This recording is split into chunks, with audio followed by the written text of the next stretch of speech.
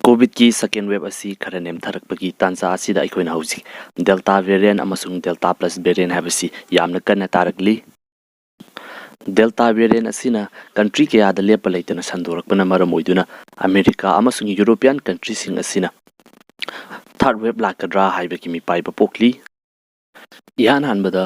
delta variant habasi karino haibadu punami ang tapinasi World Health Organization na piba mingthon gi matungina aikoina UK variant haina khangnaramba B117 hairiba si alpha variant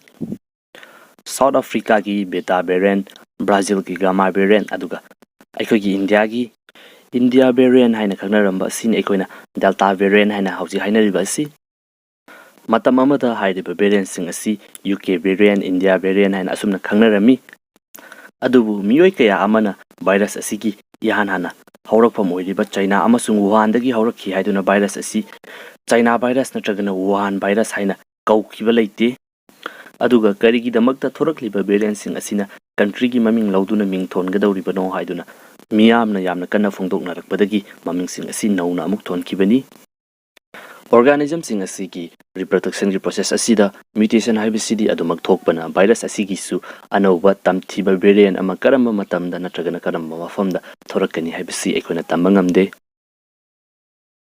thorakliba variant sing asi World Health Organization na variants of interest haiba aduga variants of concern haina kanglup ani thokna khaidoi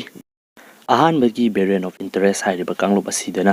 yamna sandokpa thuba aduga country ayambada thengnaraba variant sing asini anisubagi variant of concern hairiba kanglup asida yauriba asina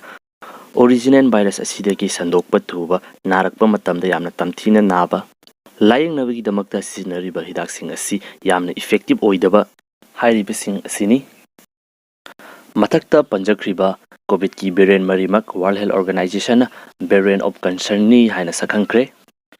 hauzik leiriba delta variant asina aikogi UK variant haina ramba alpha variant asidagi 60% hena sandokpa thui aduga alpha variant asina ihan hanbada thengnakiba virus adudagi 50% hena sandokpa thui haina phongdokli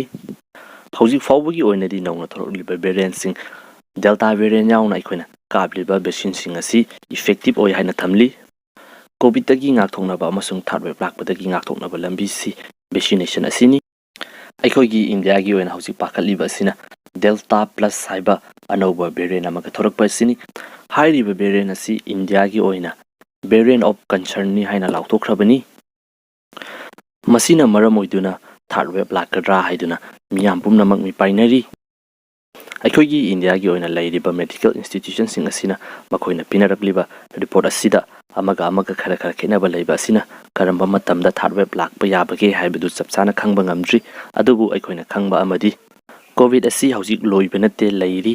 aduna piriba guidelines sing asi ningthijana follow tawba asina aikogi amata ngairaba lambini